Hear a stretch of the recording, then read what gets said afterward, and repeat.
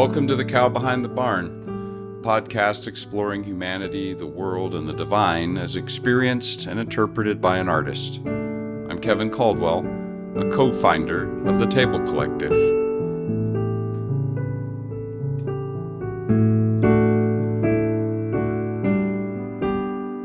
I'm experiencing a growing realization that the question I asked at the outset of episode 2 is merely a step into a vast, mysterious world. Where and when did I begin? It's like a mirror in a mythic novel that a character can walk through and end up in a different universe, or a picture on a wall that suddenly draws a character into its scene, pulling them from a calm, sunlit sitting room into a tiny sailboat on a wild and lonely ocean. The question, where and when did I begin, carries within it assumptions about space, time, and consciousness. Space, the nature of the physical observed world and of places in it. Time, past, present, future. Consciousness, the self, selves, and non-human, seen and unseen. Divine, ? Which is fascinating, inspiring, mysterious, daunting, and overwhelming all at the same time, whatever time is. It's overwhelming because space, time, and consciousness are huge boxes into which we can pack pretty much everything that artists and philosophers and theologians and religious founders and physicists and astronomers and psychologists and others have considered and observed, postulated, experienced, imagined, and tried to describe. And they've been going at it for centuries, for millennia. I'm seeing in fresh ways that as I create each episode, the way that what I've been calling psychic entanglement connects how I see space, time, and consciousness just gets more and more complex. So, to say it as directly as possible, what I currently think, I'm convinced that space, time, and consciousness are all entangled, connected, inseparably linked. It doesn't mean I claim to fully understand any of those three concepts, but I am convinced that the threads of each are woven together into one large tapestry, not three separate ones. As I was bringing episode 4 to a close, I commented, quote, "By embracing our psychic entanglement, I believe we become alive, more aware and awake, and also that in so doing we add something into the entanglement, contributing elements that can heal others, ourselves perhaps, affecting maybe in a healing way the vast entanglement of the cosmos through the tiny winds of our souls." I've really only focused on space so far, by looking at the way places connect us, a place being one item packed into the box that I've labeled space. But along the way, I've had to repeatedly say things like, "We will come back to that," whenever something related to time and the nature of consciousness comes up. There's a lot more to explore about space, and so about places, and the things in places, and how we're entangled with them, and they with us, and so us with us, and so on. I haven't even lifted a corner of the lid on questions about what the universe is, how it got here, where it came from, whether there's a something, quote unquote, that started it, or if a someone was and is involved, and in what way, or even the difference between a something and a someone. I've been paying more attention to the more personal aspects of psychic entanglement. However, at this point, I think this episode will be my final autobiographical reflection on entanglements with places and things. I think so, but I haven't really finished drafting the episode. And since I've already been surprised a few times by turns that my own creative process has taken me, I don't want to be too definitive yet. I had an intuition that I needed to include something about my birth father, Ralph Caldwell, and it would have been a natural spot in the last episode, except that it didn't occur to me then, and later when it did, I sensed I was already pushing against my self-imposed 30-minute limit. I've mentioned that as a teenager, my dad and my grandmother found my grandfather dead on the porch one morning. I never met my grandfather, but I've learned that he was an alcoholic, probably suffering from PTSD following World War II, and that my dad sometimes had to pick him up when they released him from the quote-unquote drunk tank. In the final years of my dad's life, I learned firsthand how much all of that had affected him. As a kid, all I knew was how my dad affected me. And without going into the details, I'll just say that he left quite a mark, not physically, but the psychic bruising ran deep, and the muscles and the tendons and the joints of my soul have never had their full range of motion. My dad loved music. He was an eclectic listener, and no genre was outside of his range.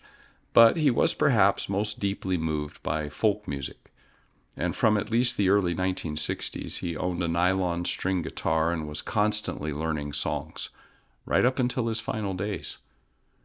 There are two precious things I received from my father. The first was one of those books that you can buy for your father or mother or anyone to fill out, a book full of questions and prompts about their childhood and family memories and early life and dreams, etc. I bought one for him, and he filled it out. And then I read it. And on visits to see him during the final years of his life, we talked about the things he wrote in those pages. The second was his old guitar. The tuning keys were and still are a little wonky, and it doesn't hold its tuning the way it should, but on the other hand, now that it's about 60 years old, it has aged and mellowed. As did my father, though I think in this regard the guitar was a little ahead of him, maybe trying to lead him by the hand.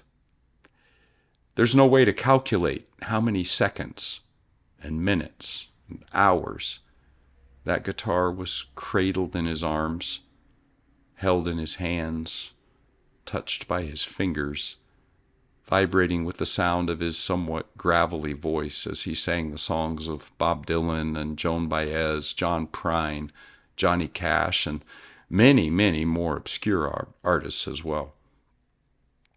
One day, a few years ago, I picked up that guitar on a sort of random whim.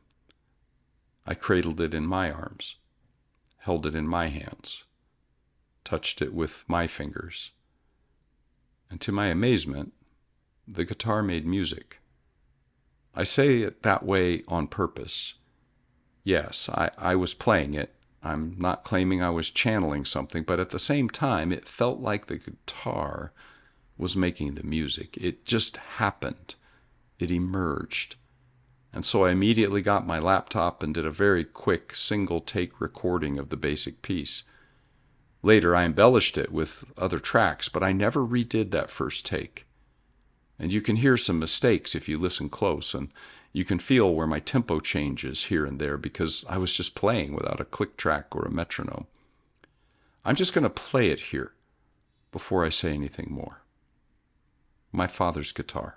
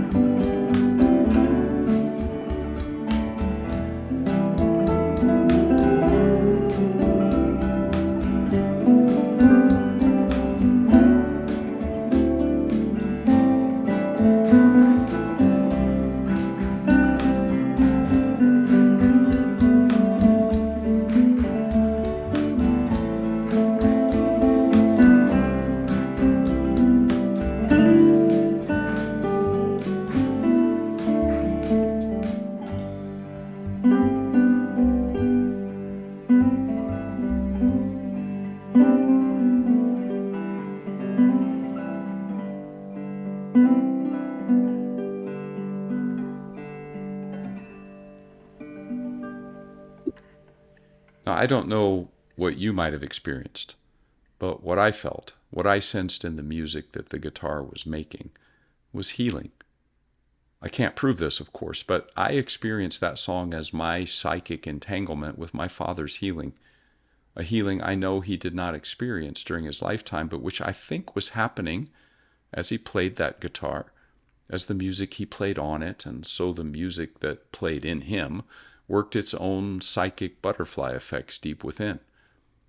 And I believe that the same effects worked in and through me years later on that day when I picked it up and cradled it in my arms, worked in me for my healing, and I believe was contributing to his healing.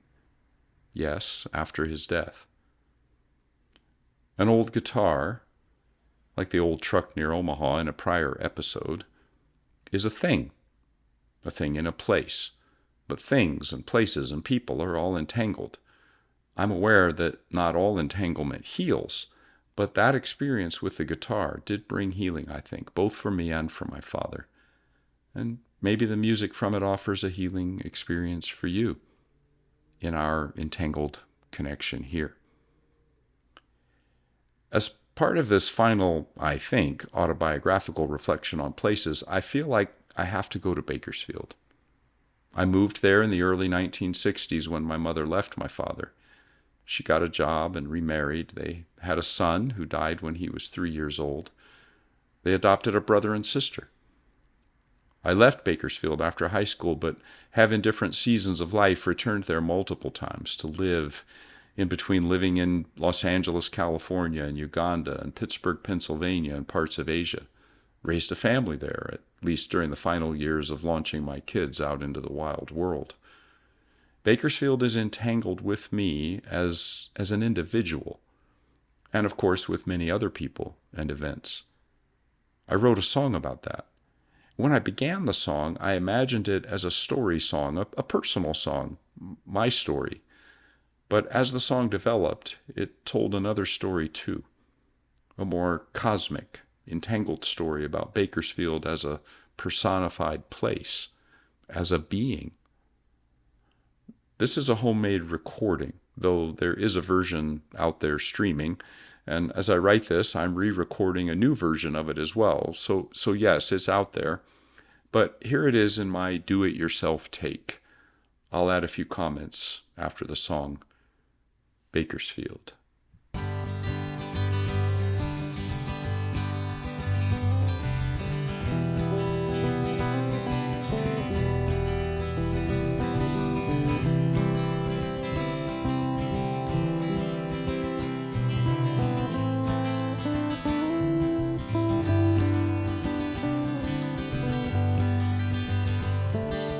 Came here in the 60s when my family blew apart.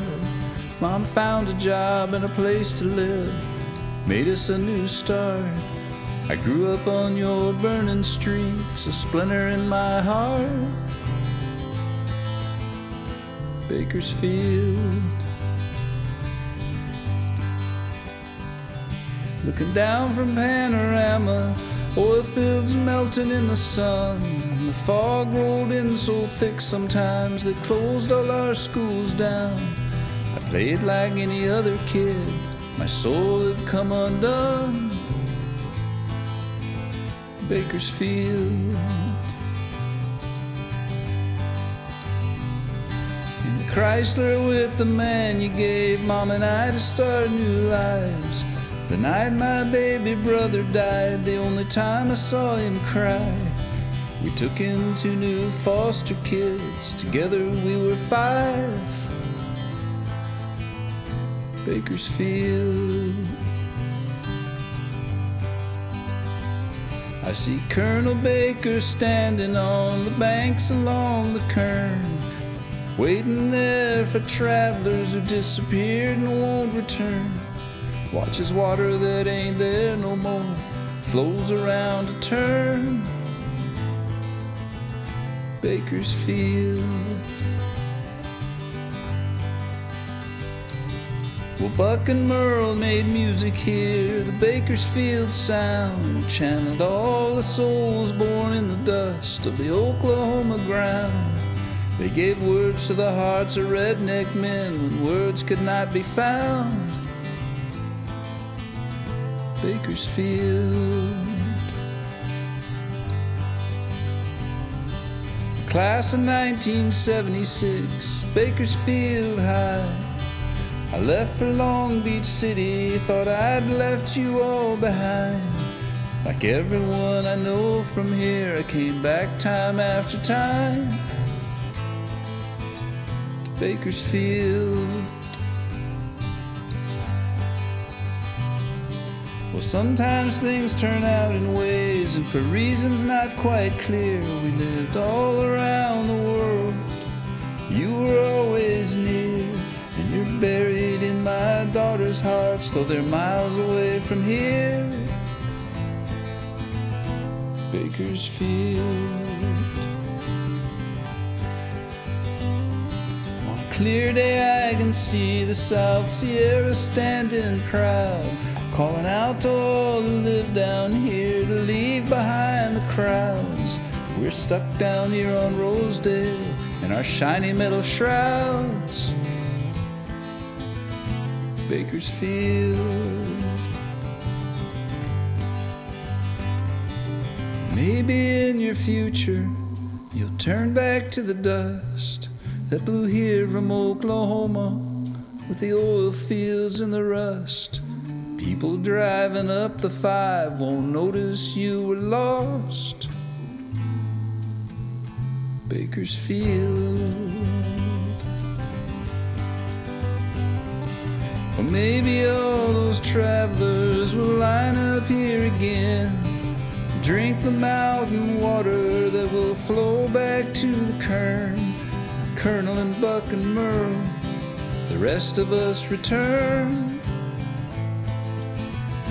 to Bakersfield.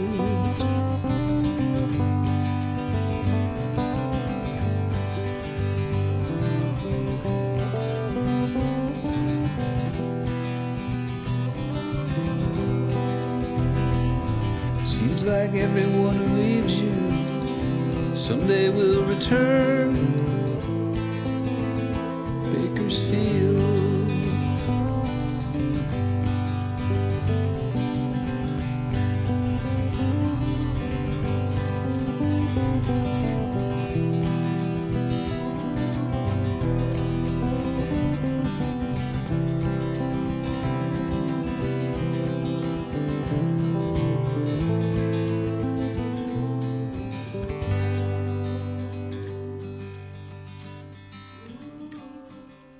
In the song, Bakersfield becomes a person.